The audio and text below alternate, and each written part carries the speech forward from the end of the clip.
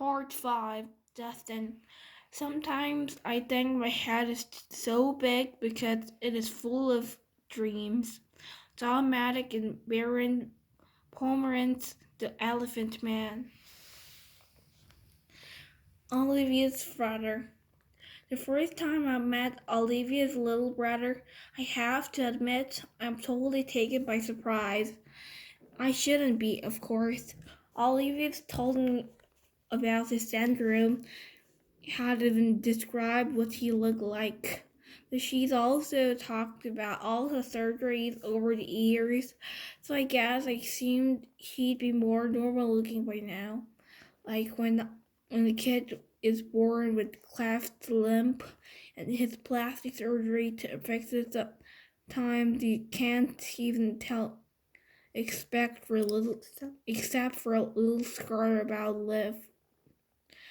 I guess I thought her brother would have some scars here and there, but not this. I definitely wasn't expecting to see the little kid in baseball cap who's sitting in front of me right now. Actually, there are two kids sitting in front of me. One is a totally normal looking kid with curly blonde hair named Jack. The other is Augie. I like to think I am able to hide my surprise. I hope I do. Surprise is one of those emotions that can be hurt fake though whenever you're trying to surprise and you're not trying to not look surprised when you are. I shake his hand. I shake the other kid's hand. I don't want to focus on his face. Karoom, I said. Are you Via's boyfriend? He says. I think he's smiling.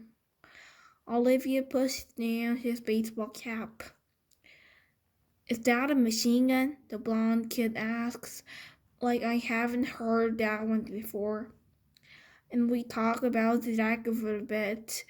And then Via's talking take my hand and leading me out the room. As soon as we close the door behind us, we hear them laughing. I'm from Brooklyn, one of them sings. Olivia rolled her eyes as she smiled. Let's go hang out in my room, she says. We've been dating for 2 months now. I know from the moment I saw her, the minute she sat down at the table in the cafeteria, that I like her. I couldn't keep my eyes off her. Really beautiful. Olive skin, bluest eyes I've ever seen in my life.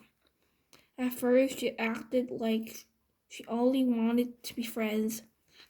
I think she kind of gave off the vibe without even meaning to. Stay back. Don't even bother. She doesn't flirt like some other girls do. She looks you right in front of the eye when she talks to you, like she's staring at you. So I just kept looking her right in the eye too, like I was staring her right back. And then I asked her out, and she said yes, withdraw. She's an awesome girl, and I love hanging out with her. She didn't tell me about August until our third date. I think he used to praise a craniofacial abnormality to describe his face, or maybe it was craniofacial anomaly. Like, I know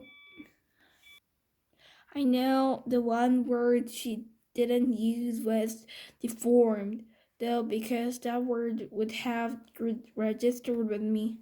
So what do you think? She asked me nervously the second that we were inside her room. Are you shocked? No, I lie. She smiled and looked away. You're shocked. I'm not, I assure her. It's just like when you said he'd be. She nodded and plopped down on her bed. Kind of cute how she still had a lot of stuffed animal in her bed. She takes one of them, a polar bear, without thinking and put it on her lap. I sit down in the rolling chair by her desk.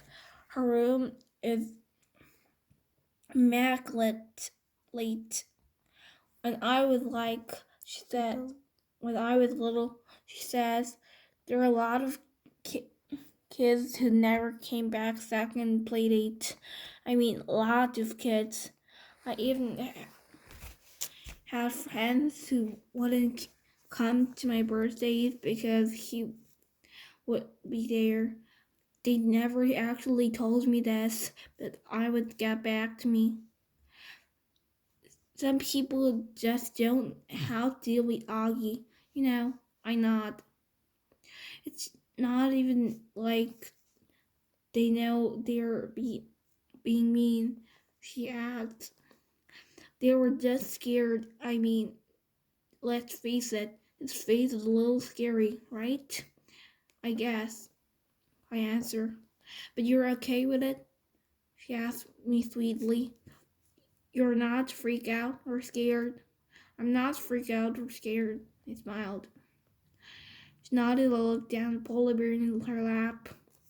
I can't tell whether she believed me or not, but then she gave a polar bear a kiss on the nose and tossed it to me with a little smile.